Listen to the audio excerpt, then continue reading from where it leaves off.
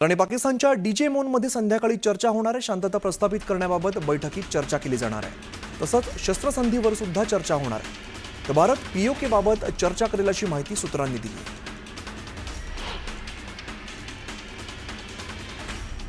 पंतप्रधान मोदींच्या निवासस्थानी महत्त्वाच्या बैठकीचं आयोजन करण्यात आलं होतं। या बैठकीला लष्कर प्रमुखांसह सीडीएस अनिल चौहान सुद्धा हजर होते। यावेळेला शस्त्रसंधीनंतरच्या घडामोडींवर तिघांमध्ये चर्चा झाली।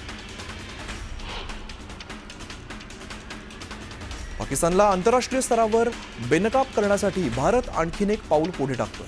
संयुक्त राष्ट्रांच्या समितीच्या आगामी बैठकीत भारत पहलगाम हल्ल्याचे ठोस पुरावे मांडणार आहे। यातून पाक सैन्याचे आणि दहशतवादी संघटनेचे संबंध उघडकीस येणार आहेत। भारत पाक युद्धादरम्यान इस्रोनंही महत्त्वाची भूमिका बजावली। इस्रोचे 10 उपग्रह 24 तास पाकिस्तानवरती लक्ष ठेवून होते, अशी माहिती इस्रोचे अध्यक्ष व्ही नारायणन यांनी दिली।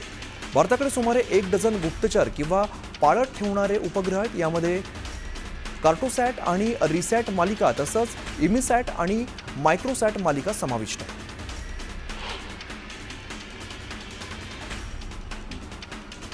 पाकड्यांच्या सेनेचा आणखीन एकदा खोटारडेपणा उघडकीस आलेला आहे। दहशतवादी अब्दुल रऊफ निष्पाप आणि मौलवी असल्याचा दावा करण्यात आलेला आहे। अब्दुल रऊफ लष्कराशी संबंधित नसून तो हवाई हल्ल्यामध्ये ठार झाल्याचा दावा केलाय। तर अब्दुल रऊफ हा मसूद अझहरचा धाकटा भाऊ आहे। सैन्य दलाकडून पत्रकार परिषद घेत पाकिस्तानचं कसं नुकसान भारतानं केलं हे सांगण्यात आलं। पाकिस्तानचे अनेक लढाऊ विमानं पाडल्याचा दावा एअर मार्शल अवधेश कुमार भारती यांनी केलाय। पाकिस्तानच्या हवाई दलाचं भारताने मोठं नुकसान केल्याचं भारतीय लष्कराने सांगितलं। भारताच्या प्रत्युत्तरात पाक हवाई दलाला मोठा फटका बसल्याचा दावा करण्यात आला। डिफेन्समधील सूत्रांनुसार भारतीय वायुसेनेने एलओसी न ओलांडताच थेट दहशतवादी ठिकाणांना लक्ष्य केलेलं आहे। या कारवाईमध्ये राफेल, सुखोई 30, MKI आणि मिराज 2000 यांसारख्या आधुनिक फायटर जेट्सचा वापर करण्यात आला। यानंतर पाकिस्तानमधील एअर बेस आणि अन्य सैनिकी ठिकाणांवरती हल्ला करण्यासाठी या विमानांचा वापर करण्यात आला आहे।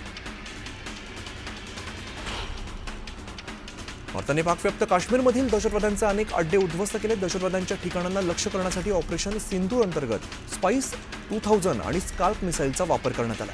अचूक हल्ला आणि दीर्घ पल्ला यासाठी क्षेपणास्त्र ओळखली जातात, तसंच बंकर उद्ध्वस्त करण्यासाठी क्षेपणास्त्र योग्य मानली जातात। भारतीय नौदलानं विमानवाहू जहाज, पाणबुडी, फ्रिगेट अशी जहाजं अरबी समुद्रामध्ये तैनात केली होती। हल्ल्यानंतर नौदलाने सराव करून आपल्या सामर्थ्याचं दर्शन पाकला घडवलं होतं। यामुळेच पाकिस्तानी नौदल हे हादरून गेलं। पाक हवाई दलाला सुद्धा जास्त मोठी कारवाई करता आली नाही। राज्याच्या सुरक्षेच्या दृष्टीने फडणवीस सरकार अलर्ट मोडवरती आलंय। वर्षा बंगल्यावरती मुख्यमंत्री फडणवीसांनी बोलवलेल्या बैठकीत लष्करी अधिकाऱ्यांसह प्रशासकीय अधिकाऱ्यांची बैठक पार पडली। या बैठकीला लष्कर, नौदल, वायुदल आणि कोस्टगार्डचे प्रतिनिधी उपस्थित होते। भारत आणि पाकिस्तानमधील युद्धबंदीनंतर पंतप्रधानांच्या निवासस्थानी उच्चस्तरीय बैठक पार पडली। यावेळेला तीनही लष्कर प्रमुखांसह संरक्षण मंत्री, परराष्ट्र मंत्री देखील बैठकीला उपस्थित होते। आज दोन्ही देशांच्या लष्करी ऑपरेशन्स महासंचालकांची बैठक होणार आहे।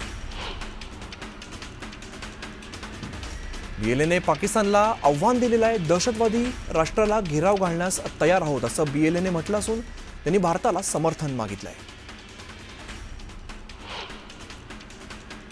मंत्री गुलाबराव पाटलांनी पंतप्रधान नरेंद्र मोदींचं कौतुक केलंय। तुम्ही एक मारणार तर आम्ही 100 मारणार हे आपल्याला मोदीजींनी दाखवून दिले। राज्यात, देशात आणि जगामध्ये भारताचा वट आहे असंही ते म्हणाले। युद्धजन्य परिस्थितीमुळे पुणे, मुंबई, ठाण्यासह राज्यभरातील किरकोळ तसंच घाऊक बाजारात अन्नधान्य खरेदीसाठी गर्दी होऊ लागली। मागील 2 ते 3 दिवसात गहू, ज्वारी, बाजरीच्या दरांमध्ये क्विंटल मागे 100 रुपयांची वाढ झाली। भारत पाकिस्तानमधील संघर्षाच्या पार्श्वभूमीवर मुंबईतील सागरी संरक्षण दल सक्रिय झाले। दलाने सध्या विविध रहिवासी सोसायट्यांमध्ये मॉकड्रिल आणि ब्लॅकआउटच्या परिस्थितीत काय करायचं याचं प्रशिक्षण सुरू केलं आहे। भारत पाकिस्तानमधील तणावपूर्ण वातावरणाच्या पार्श्वभूमीवर शहरात कोणत्याही प्रकारचे फटाके आणि रॉकेट्स उडवू नयेत असे आदेश मुंबई पोलिसांनी दिले। 11 मे पासून 9 जूनपर्यंत हे आदेश लागू असतील। पाकिस्तानच्या भ्याड हल्ल्यात शहीद झालेले वीर जवानांना श्रद्धांजली आणि सन्मानासाठी वंचित बहुजन आघाडीच्या वतीने परभणीमध्ये तिरंगा रॅली काढण्यात आली। शहरातील महात्मा फुले पुतळा ते डॉक्टर बाबासाहेब आंबेडकर पुतळ्यापर्यंत ही तिरंगा रॅली काढण्यात आली। यावेळेला भारत माता की जय, वंदे मातरम या घोषणांनी परिसर दुमदुमून गेला।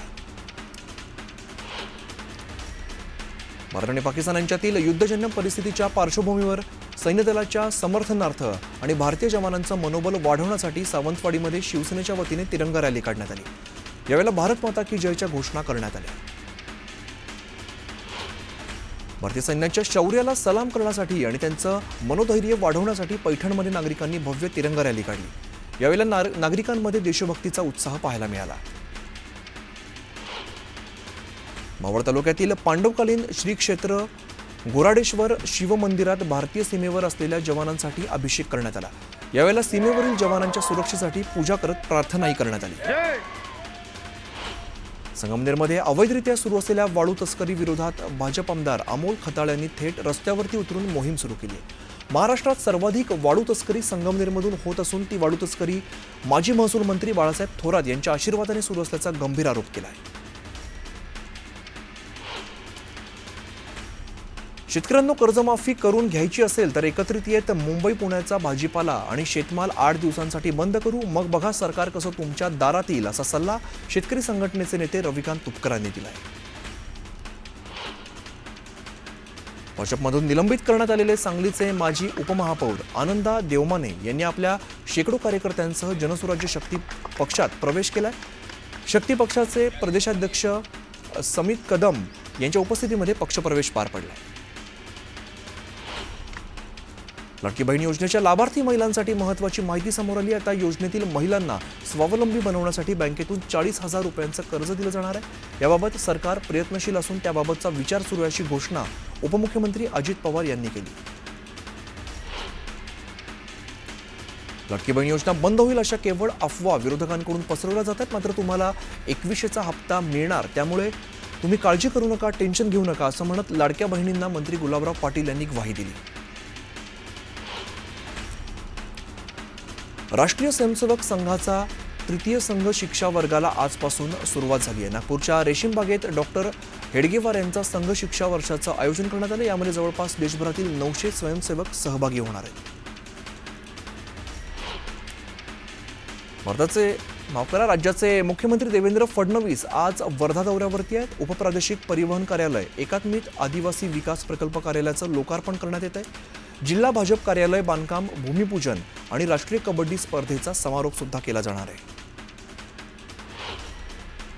राष्ट्रवादी काँग्रेसच्या अजित पवार गट आणि शरद पवार गट एकत्रीकरणाचा अद्याप कुठलाही प्रस्ताव आलेला नाहीये, याची केवळ माध्यमात चर्चा आहे, अशी प्रतिक्रिया प्रफुल्ल पटेल यांनी दिली। आम्ही पक्षातील सर्व प्रमुख मंडळी चर्चा करू, असंही ते म्हणाले। वाशिममध्ये पाणी टंचाईच्या पार्श्वभूमीवर फळबागांना जगवण्यासाठी शेतकऱ्यांना मोठी धडपड करावी लागते। ट्रॅक्टरला टाकी जोडून शेतकऱ्यांना दूरवरून पाणी आणावं लागतंय।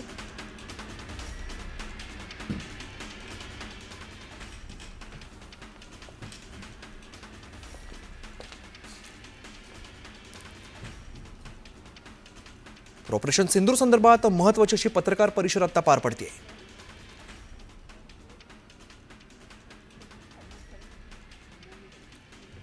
आपण बघतो सैन्य दलाकडून ही पत्रकार परिषद घेतली जाते। परत कोणते नवे खुलासे केले जाणार या संदर्भात माहिती देण्यात येईल। सैन्य दलाची ही पत्रकार परिषद आता पार पडते।